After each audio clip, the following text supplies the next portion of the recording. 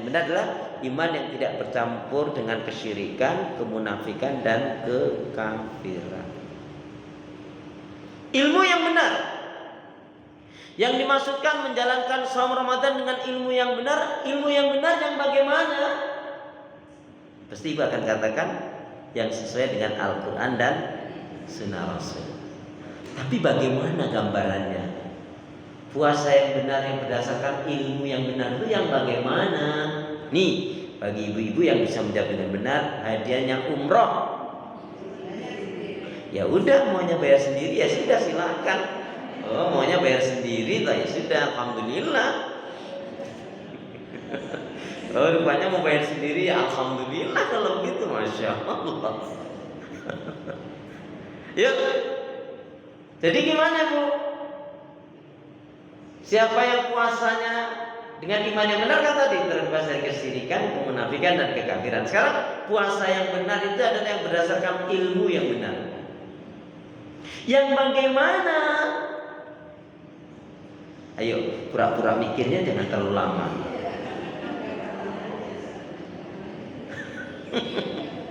Sampai nggak ngerti, nggak tahu, nanti saya kasih tahu deh. Bu, saya bersyukur pada Allah, Bu, alhamdulillah di hari ini memang perjuangannya ke sini luar biasa ya. Jadi dari Bekasi ke sini nih selain hujan, macetnya Bu. Wah, dari Selipi ke sini tuh masya Allah. Nggak tahu, biasanya nggak terlalu macet, tapi hari ini selain hujan macet. Itu nikmatnya perjalanan ke sini tuh masya Allah. Ternyata Taman Meruya Bekasi itu dekat kalau udah nyampe. Tapi alhamdulillah, saya senang kalau pertemukan dengan ibu-ibu yang solihah, insya Allah, alhamdulillah. Ya, jadi kalau kita ketemu dengan hamba-hamba yang baik itu senang doa, insya Allah, karena doanya juga akan diijabah oleh Allah Subhanahu Wa Taala. Jadi puasa yang benar dengan ilmu yang benar yang bagaimana? Ya, alhamdulillah akhirnya datang juga. Jadi apa? Ayo, puasa yang benar itu dengan ilmu yang benar. Maksudnya gimana? Harus bisa menguraikan. Jangan sampai ibu sudah bertahun-tahun menjalankan puasa. Puasa yang benar itu harus pakai ilmu. Ilmu yang benar gimana? Yang sesuai dengan Nabi. Yang bagaimana? Yang pokoknya sesuai dengan Nabi. Itu emosi, Bu. Gimana? Gak apa-apa saya terangin ini, gak apa-apa. Ikhlas ridho. Ya udah, alhamdulillah. Jadi Bu, yang dimaksudkan kita menjalankan saum Ramadan dengan ilmu yang benar itu adalah tidak makan, tidak minum. Belum selesai.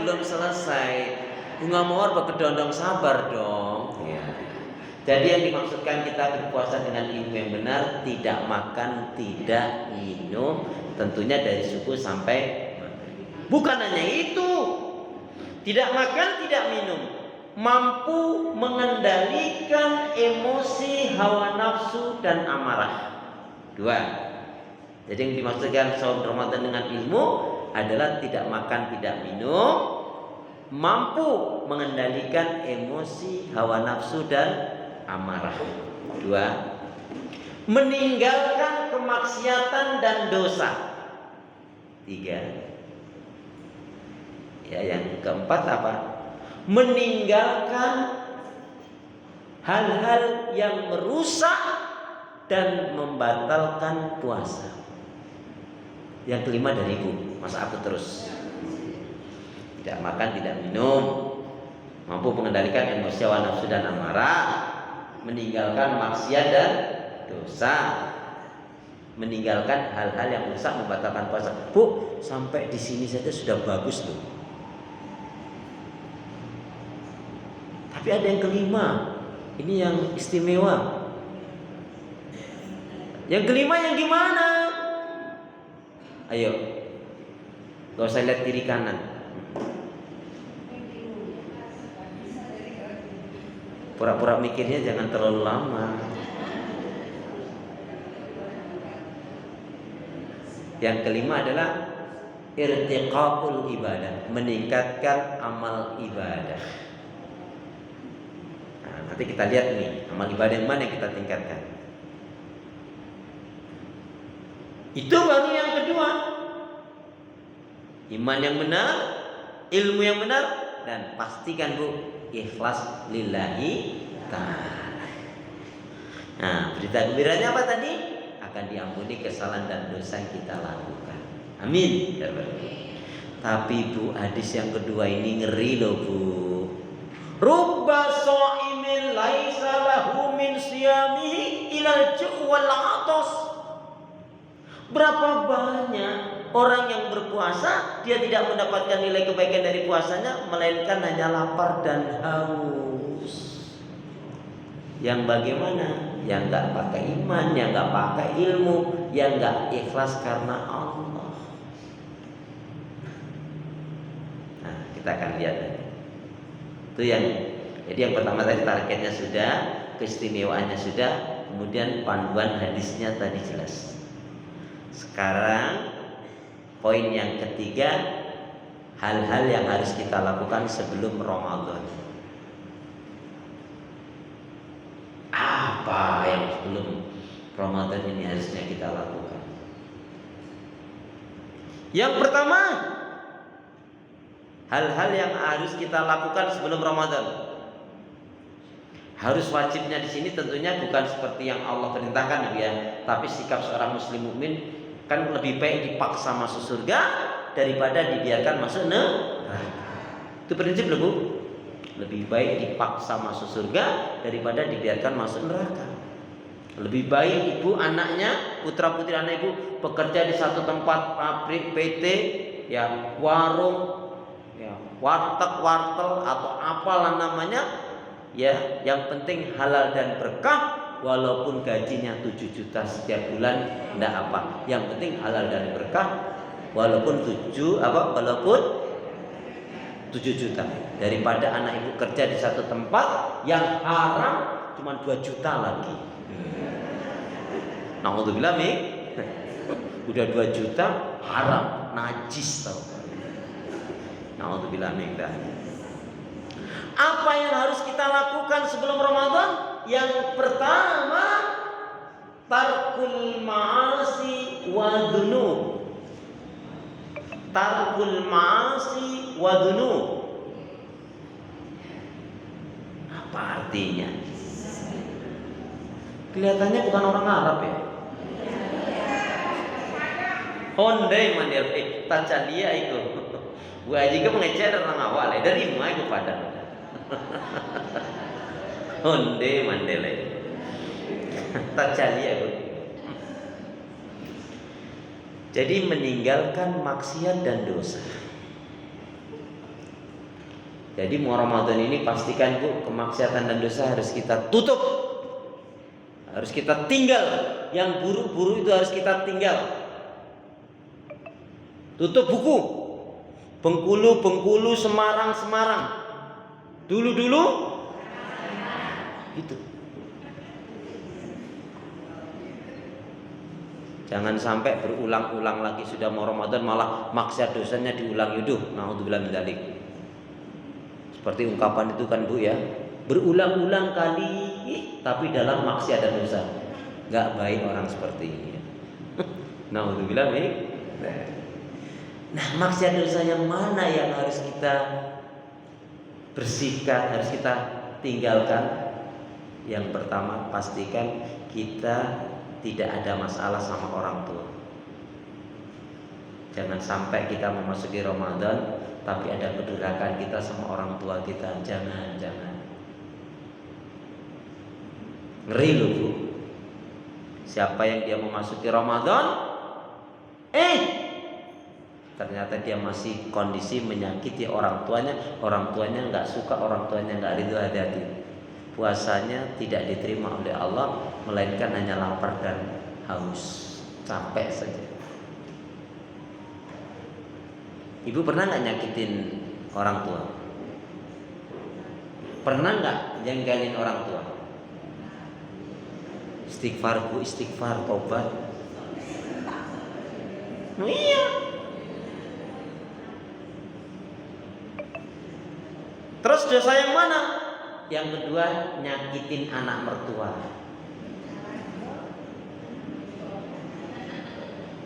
Nyakitin anak mertua.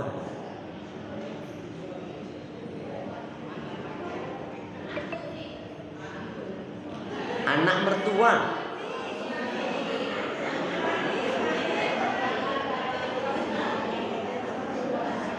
Bu, saya tanya, biasanya yang suka nyakitin anak mertua itu suami atau istri?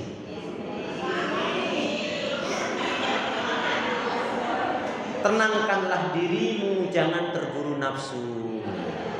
Ini di dalam masjid tuh. Biasanya yang suka nyakitin anak mertua suami atau istri? Gak apa-apa. Kalau ibu bilang suami, terus saya balik bertanya, dulu nemunya di mana? Hah? Di pengkolan? Astagfirullahaladzim. Ini masalah loh Bu, masalah. Jadi udah capek-capek puasanya nggak dapat apa-apa nanti. Maka sebelum Ramadan ini harus diselesaikan. Ya, enggak Ustadz, saya nggak bisa memaafkan. Bu, jangan pernah kita mengingat-ingat keburukan orang. Jangan pernah kita punya sifat hasad, iri, dengki, dendam. Capek, ngerusak hati, buang energi, mendatangkan penyakit, mempercepat mati. Ya, na'udzubillah jangan. Itu dosa. Terus yang harus kita juga bersihkan sebelum Ramadan ini adalah yaitu dosa al-kadzibu, dusta. Al-kadzibu, dusta. Nah, ini juga ada pertanyaan ini. Biasanya yang suka berdusta suami atau istri? Balik lagi suami, tenangkanlah dirimu, jangan terburu nafsu. Yang jujur saja lah Bu, ini di masjid loh Bu, di masjid disaksin oleh malaikat. Daripada ibu emosi jawabnya, itu malah tambah dosa. Mending jujur. Loh, kalau jujur malah baik kan? Apa kata Nabi? Alaikum bisidqi, hendaknya kalian berlaku jujur. Jujur itu dicintai oleh Allah, disukai oleh manusia, membawa kebaikan, mengantarkan ke surga. Amin, gitu dong. Wa iyyakum, dan jauhilah oleh kalian dusta, karena dusta itu dibenci oleh Allah, dijauhi oleh manusia, membawa keburukan, menyeret ke neraka. Nauzubillah min dzalik. Jadi intinya setelah hari ini jangan ada dusta. Mama minta maaf, nggak ada, padahal ada dusta. Suami tanya, bebek, ma Bu dek yang mau belanja masih gak habis? Temannya datang, tetangga sudah, Assalamualaikum, waalaikumsalam. Aduh Jen, tolong dibantu, aku nih butuh uang, tolong dong pinjam uangnya. Aduh maaf nggak ada, padahal ada dusta. Enggak Ustadz, ini teman ini Ustadz kalau ngutang sok baik-baik itu nyebelin banget Ustadz. 2 bulan bisa jadi 2 tahun. Ditagih marah-marah. Nyebelin banget Ustadz. Kalau ibu tahu temennya punya sifat yang nggak baik seperti ini, ibu jangan ibu rusak hati, ibu ngikutinnya nggak baik. Kalau udah tahu sifatnya, sudah banyak temen yang kena korban, malah ibu nyaman datang, dia datang, Assalamualaikum, waalaikumsalam. Lah temen datang ini mesti mau ngutang.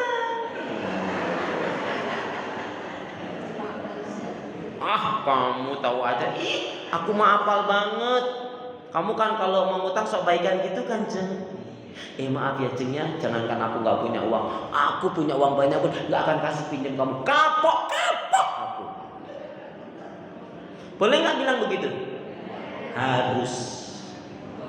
Kan bukan boleh lagi, harus. Kenapa?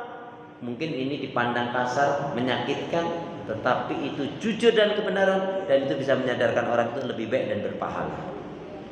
Kalau ibu bilang nggak ada padahal ada, ibu berdosa, ibu bisa kena musibah, kena penyakit, kehilangan, kecurian, habis-habisan malahan. Dan ibu nggak akan tenang. Udah kasih transport aja lah Bu. Jangan bilang nggak ada. Ada banyak. Tapi juga ada keperluan. Tidak aja Bu, biarin aja. Nanti diputus sama dia nggak apa-apa. Diputus dengan orang seperti ini apa susahnya? Kita punya prinsip dalam persahabatan pergaulan apa Bu? Lebih baik punya 1000 teman yang semuanya baik solihah daripada satu teman udah buruk jahat lagi. Nauzubillah min dzalik. Bu, ngeri nih. Yang perlu kita baikin, yang perlu kita selamatkan, yang perlu kita bahagiakan, yang perlu kita jaga hati dan perasaan diri kita sendiri Bu, bukan orang lain. Nanti kalau ibu pakai toleran, iya ya masa temen ngajak ke neraka masa aku nggak ngikut? Iya. Ya apa? Itu prinsip itu. Masya Allah. Intinya semua dosa-dosa ini sebelum Ramadan ini dikelirkan dulu Bu. Kenapa? Maksiat dan dosa yang kita lakukan itu akan memberatkan diri kita waktu Ramadan Bu. Membuat diri kita nggak bisa maksimal yakin. Bahkan nggak gairah malah. Nauzubillah min dzalik. Singkatnya, sebelum Ramadan bersihkan, tinggalkan maksiat dan dosa. Yang kedua, sebelum Ramadan apa yang harus kita lakukan? Tazkiyatun nufus. Tazkiyatun nufus, membersihkan penyakit-penyakit hati. Memang ada kesamaan sih Bu. Kalau penyakit hati itu mesti maksiat dan dosa. Terutama Bu, terutama 10 penyakit hati sebelum Ramadan itu harus dibersihkan. Memang berapa Ustaz? Kalau di tempat lain bisa 20, ini sama ibu-ibu sini aja loh ini. Gurau dari rumah aja. Paling enggak 10 penyakit hati harus kita buang. Kalau memang betul-betul ibu mau menggapai target yang mulia tadi. Apa itu? Jadi tazkiyatun nafas apa artinya? Membersihkan penyakit-penyakit hati. Ayatnya mana? Qad aflaha man zakkaha.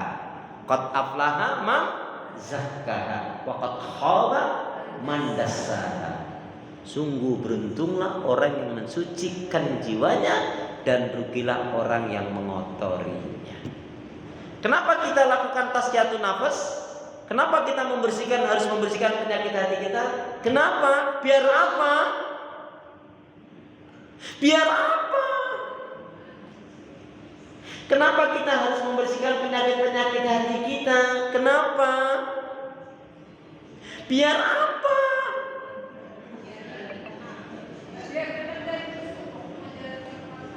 Biar tenang dan khusyuk. Masya Allah, jawabannya baik sekali. Tapi mohon maaf, bukan itu yang dimaksud. Jadi ibu membersihkan penyakit hati biar apa? Biar apa?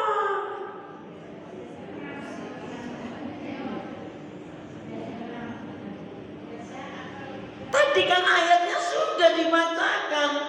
Sungguh beruntunglah orang yang mensucikan jiwanya dan rugilah orang yang mengotorinya. Berarti kita membersihkan penyakit hati biar beruntung.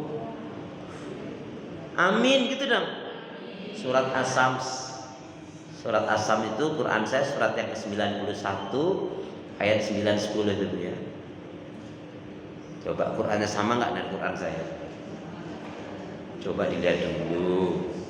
91 itu kan kalau ibu sholat duha kan baca itu wasamsi waduhaha wal qamari idza talaha wan nahari idza jallaha. Nanti ketemu itu kan qad aflaha man zakkaha wa qad khaba man dassaha.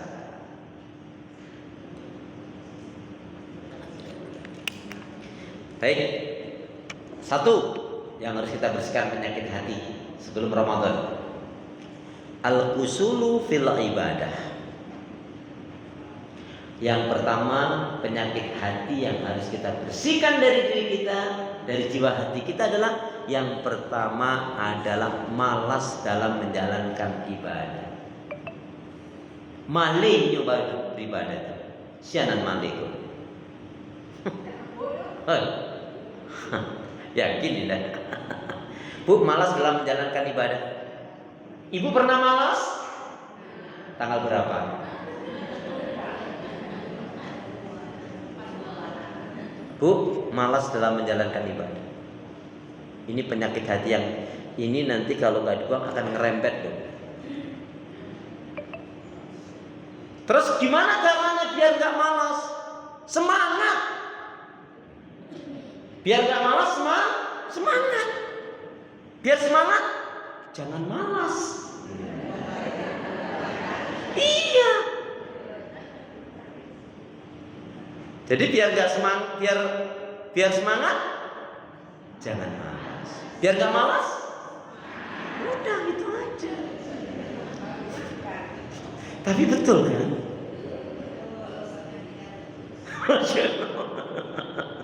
Yang kedua, al-ghadab.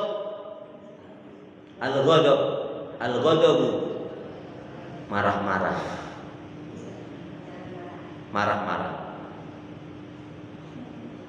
Ayo cepet. Mama capek. Marah-marah. Coba saya tanya, ibu-ibu ini masih muda atau sudah tua? Sudah tua ya. Ibu-ibu ini nggak marah saja sudah tua, gimana kalau marah? Iya. Astagfirullahaladzim.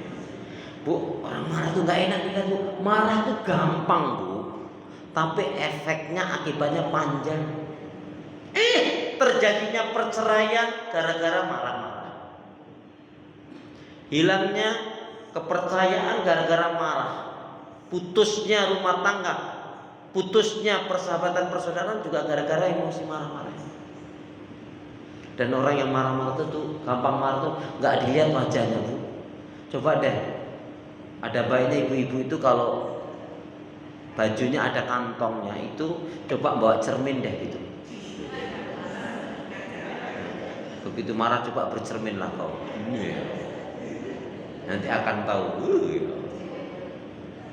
Alhamdulillah saya tuh sampai hari ini alhamdulillah bersyukur sekali kepada Allah, belum pernah melihat ibu-ibu di sini marah-marah, itu belum pernah melihat saya.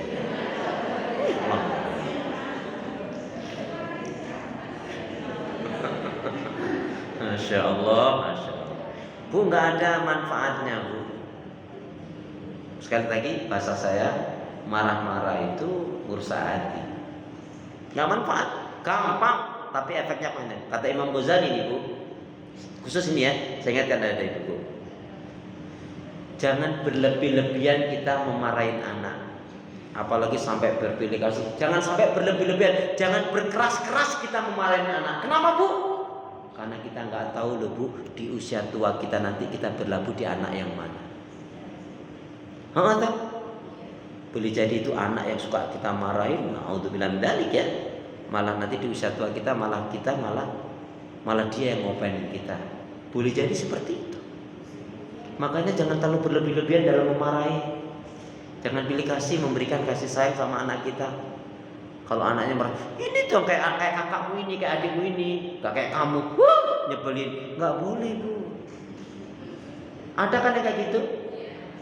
Kelihatan sih. Astagfirullahaladzim. Yang ketiga, penyakit hati yang harus kita bersihkan dari diri kita. Nah, tadi sama seperti maksiat dosa, yaitu dusta. Kenapa saya ulang lagi bu di poin dusta ini? Memang ini penyakit hati yang paling rusak. Perhatikan bu, redaksinya begini. Innahu la yastaqimul abdu imanan au qalban saliman.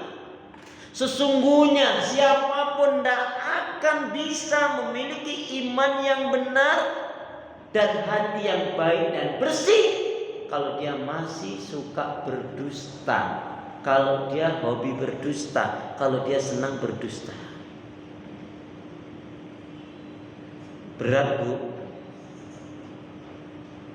Qala Rasulullah sallallahu alaihi wasallam fi ma ma'nahu iyyakum wal kadhiba fa innal kadhiba mujanibun lil iman.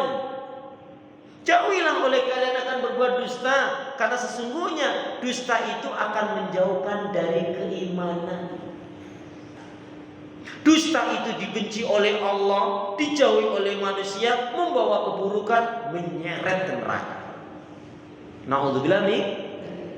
Maka ada benernya ya, kalau orang Jawa itu finisponya ngendikaaken aji ning diri gumantung ing lati, aji niri kok gumantung ing busana. Tok tok tok tok.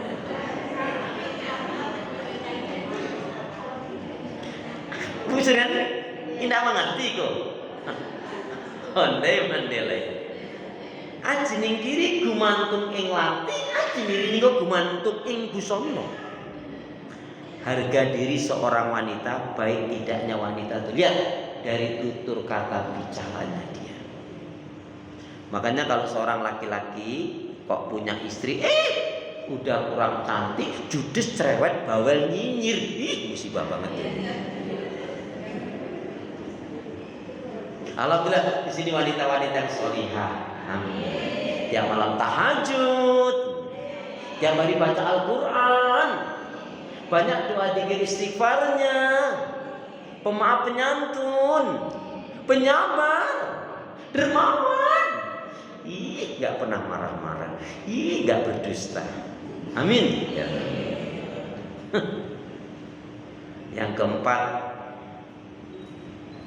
penyakit hati sebelum Ramadan yang harus kita buang. Yang keempat adalah yaitu al-bukhlu, kikir, bakhil, pelit, medit, korek, kedengkut, sampili kari yang ngecek orang awak lagi. Ondai mandelai. Kikir, bakhil, pelit, medit, korek, kedengkut, sampili kari yang. Bu, untuk yang kikir ini coba deh, ancaman Allah ngeri, Bu. Surat At-Taubah ayat 34 35. Langsung dibacakan pada ayat 35-nya saja. Ya, tapi nanti Ibu baca di rumahnya 34 35 ya. Tolong yang 35-nya langsung aja, Bu, monggo. Ya, tentang ancaman Allah kepada orang yang kikir, bakhil, pelit, medit, korek, kedengkut, sampili kari. Sampili kari, ciki kari, assalamualaikum. Surat At-Taubah ya, Surat At-Taubah surat 9 ayat 34 35. Di 35-nya saja langsung. Ingatlah pada hari ketika emas dan perak dipanaskan dalam neraka jahanam. Lalu dengan itu disetrika dahi, lambung dan punggung mereka, seraya dikatakan kepada mereka, inilah harta bendamu yang kamu simpan untuk dirimu sendiri. Maka rasakanlah akibat dari apa yang kamu simpan itu. Rasakanlah. Celakalah, celakalah, celakalah. Siapa yang celaka? Orang yang pakaiannya lebih baik daripada amal ibadah. Artinya orang untuk urusan dunia, maksiat dan dosa, na'udzubillah min dzalik, dia gampang sekali mengeluarkan harta di jalan syaitan, sulit sekali mengeluarkan harta di jalan Allah. Nih Bu, mumpung Ibu masih hidup, dulu pernah saya sampaikan, masih ingat ya? Tentang dasarnya, utamanya wasiat wakaf jariah, masih ingat ya? Ini bahasa saya begini, yang perlu kita senangkan, yang perlu kita baikin, yang perlu kita bahagiakan adalah diri kita sendiri ketika ketika menghadap Allah dengan amal yang terbaik. Dan salah satunya adalah amal yang terbaik adalah yaitu wasiat wakaf jariah.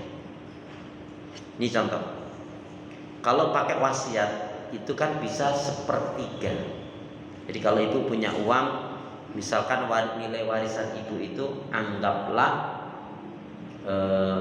kalau 100 juta saja, berarti kan sepertiganya bisa 30 juta diwakafkan atas nama ibu mutlak. Kalau 1 M ya berarti 300 jutanya.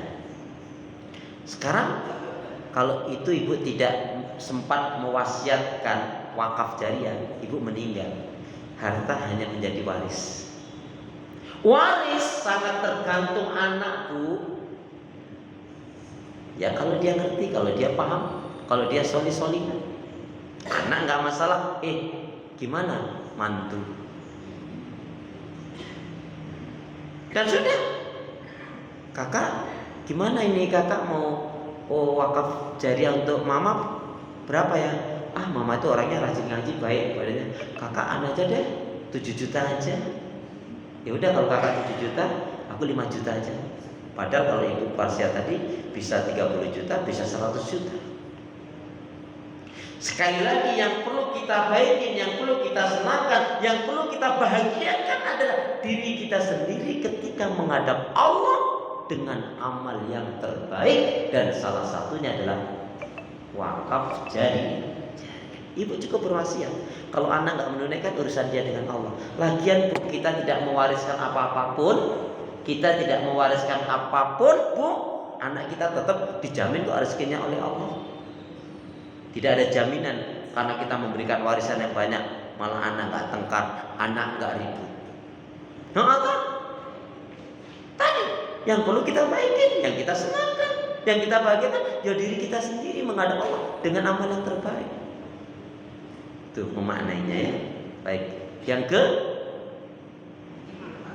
5. Apa? Dosa yang harus kita penyakit hati yang harus kita bersihkan. Hasad, iri, dengki, dendam. Nggak ada lagi yang perlu ingat-ingat, yang buru-buru lupakan sudah. Tadi bahasa saya, Bu. Hasad, iri, dengki, dendam, al-hasadu. Hasad, iri, dengki, dendam itu adalah dia memakan kebaikan sebagaimana api membakar kayu.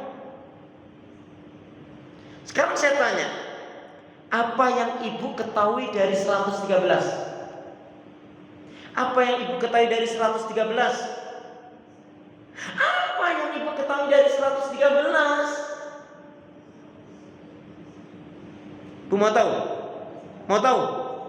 113 itu adalah setelah 112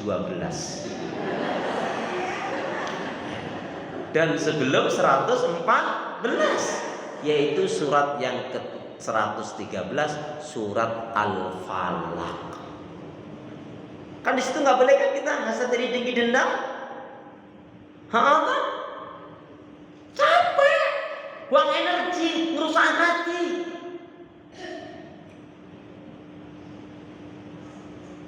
Bu, ibu, ada teman kita gini, kalau ada masalah, udahlah jeng, ikhlasin saja, gitu kan? Maksudnya apa? 3 itu. Udahlah jeng, ikhlasin saja. Maksudnya apa? Maafkan, lupakan keburukan salah dosanya, kemudian doakan yang baik-baik. Itu makna dari udahlah jeng, ikhlasin saja. Maksudnya maafkan, lupakan keburukannya, dan doakan yang baik-baik. Pertanyaan saya, ibu mudah memaafkan atau mudah minta maaf?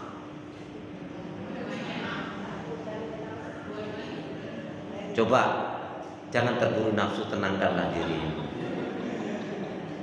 Mudah minta maaf atau mudah memaafkan? Yang betul.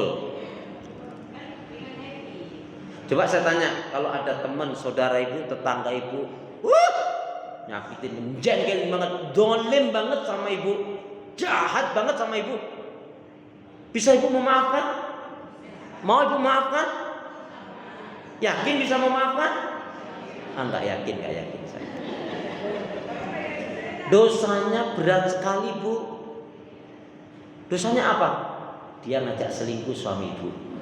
Wah, langsung waduh, katanya bisa. Halo, assalamualaikum.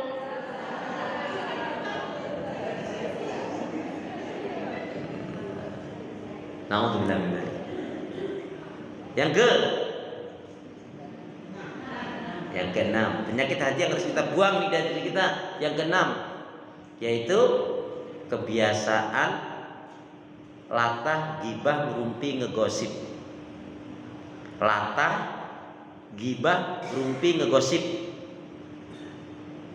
Gosip makin digosok. Astagfirullahaladzim, cepet banget ya.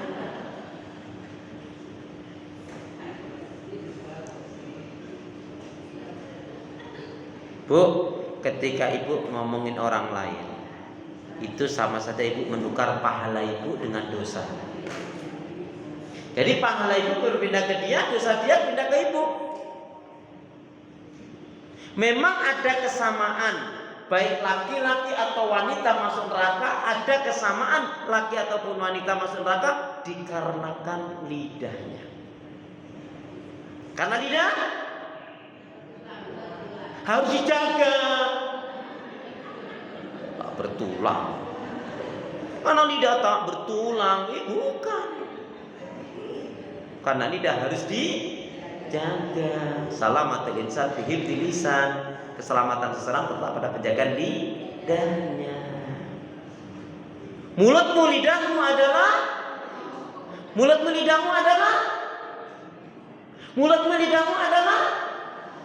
surga nerakamu. Harimau di hutan sana. Ya. Mulutmu lidahmu adalah surga neraka. Yang ke kita sambung nanti ya. Alhamdulillahirabbil alamin.